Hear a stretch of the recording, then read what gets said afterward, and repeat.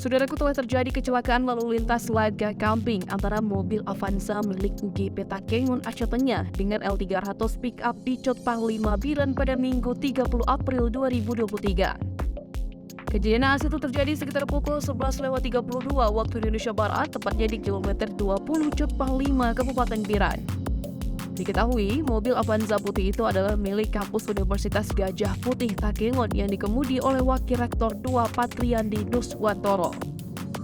Hal itu pun dibenarkan oleh Rektor Universitas Gajah Putih Elien bahwa ia baru saja mendapat informasi musibah itu. Sedangkan mobil F300 pick-up dengan nomor polisi BL8408ZZ belum diketahui pemiliknya. Kedua mobil tersebut ringsek pada bagian depan. Saat ini masih berada di jalan berkelok menuju arah Biren atau Takengon. Rektor Ewin menerangkan mobil Avanza Veloz berwarna putih tahun 2021 milik kampus UGP itu masih memiliki asuransi dari pihak leasing.